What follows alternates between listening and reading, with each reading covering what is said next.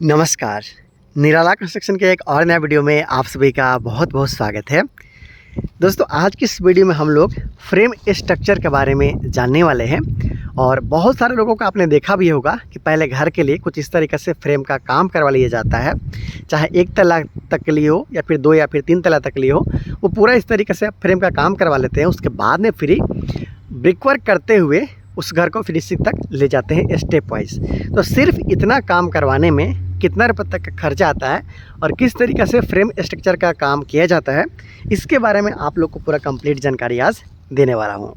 तो ज़्यादा लेट ना करते हुए चलिए वीडियो को शुरू करते हैं। उससे पहले छोटा सा रिक्वेस्ट है, चैनल को सब्सक्राइब नहीं किया तो चैनल को सब्सक्राइब ज़रूर कर लीजिएगा। दोस्तों, सबसे पहले इस बनते हुए फ्रेम स्ट्रक्चर के लिए जो साइज़ है इसके बारे में हम लोग जानेंगे। तो इसका फ्रंट को रखा गया है 25 फीट का और साइड व्यू को रखा गया है 40 फीट का। 40 फीट और 25 फीट को अगर आप गुना करते हो तो आ जाता है 1000 स्क्वायर फीट।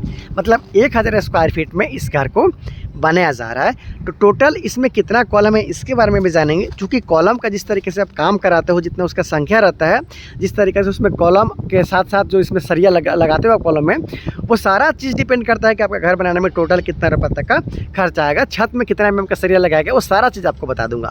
पहले जानते हैं कॉलम के बारे में।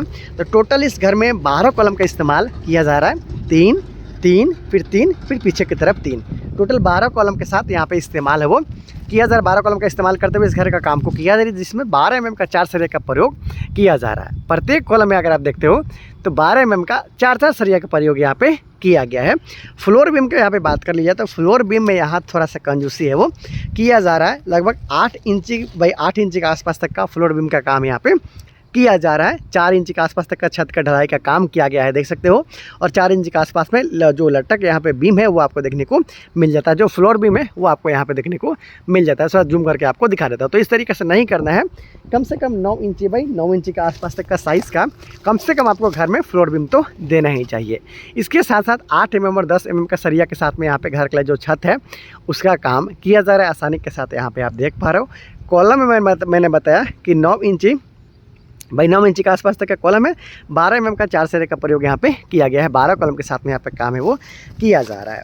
साथ में चलते हैं अंदर और देखते हैं कि क्या कुछ किस तरीके से यहाँ पे किया जा रहा है। तो ब्रिक वर्क आप देख पा रहे हो कि सिर्फ पीछे तरफ से ही ब्रिक वर्क यहाँ पे कंप्लीट किया गया है। सिर्फ पीछे वाला जो दीवार है उसका काम यहाँ पे कर दिया गया है। और ये सारा जो आप साइड की तरफ देख पा रहे हो, ये सारा यहाँ पे पार्टीशन वाला हो या फिर आउटर वाला हो, सारा ब्रिक वर्क का काम अभी तक बाकी है।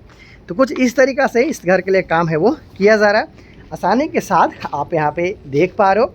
घर का अगर फर्श का बात कर लिया जाए या फिर जो घर के बीम का काम किया गया है इसके बारे में जान लीजिए तो सिर्फ यहाँ पे देख पा रहे हो कि प्लिंथ बीम तक का ही काम यहाँ पे कंप्लीट किया गया है। बीम का अगर बात किया जाए, क्योंकि यहाँ पे फिर बाद में ब्रिक वर्क करने के बाद फिर लिंटल बीम भी यहाँ पे दिया जाता है, उसमें भी अच्छा खासा खर्चा आपका आ जाता है। तो ये देख सकते हो ये जो प्लिंथ बीम है या फिर जो कॉलम है, अगर कॉलम के साइज़ का बात कर ली जाए तो 9 इंच बाई 9 इंच का मैंने बताया था।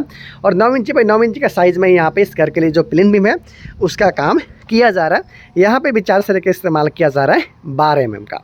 तो कॉलम और बीम का साइज़ सेम है, 12 mm का 4 सरिया के साथ में पूरा यहाँ पे काम है वो किया जा रहा है। आसानी के साथ आप देख पा रहे हो घर का फर्श वगैरह बनाने का काम अभी तक पूरा बाकी है। सिर्फ यहाँ पे आप देख पा रहे हो कि मिट्टी तक का भराई तक का ही काम करते हुए यहाँ पर काम को रोका गया है। खर्च के बारे में जान लेते हैं कि आखिर इतना काम करवाने में, फ्रेम स्ट्रक्चर का काम कराने में अब तक टोटल कितना रुपये तक का खर्चा है वो आ चुका है। दोस्तों, अभी जो मैं आप लोग के लिए इस फ्रेम स्ट्रक्चर के लिए खर्चा बता रहा हूँ, इस खर्च में लेबर कॉस्ट के साथ साथ मटेरियल कॉस्ट को भी इंक्लूड किया गया। मतलब अब तक का टोटल खर्चा। और इस घर को बनाने में इस तरीके से अगर आप फ्रेम स्ट्रक्चर का काम करवाते हो जैसा कि यहाँ पर किया जा रहा है तो आपको 5 से 6 लाख के आसपास तक का खर्चा है वो आ सकता है।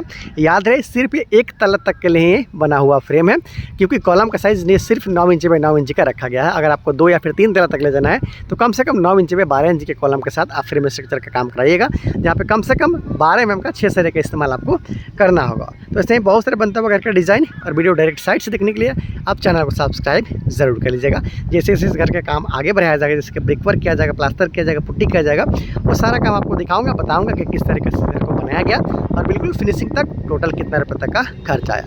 बहुत सारा वीडियो के लिए, बहुत सारा बनता हुआ घर के लिए आप चैनल को सब्सक्राइब जरूर कर लीजिएगा। Thank you so much.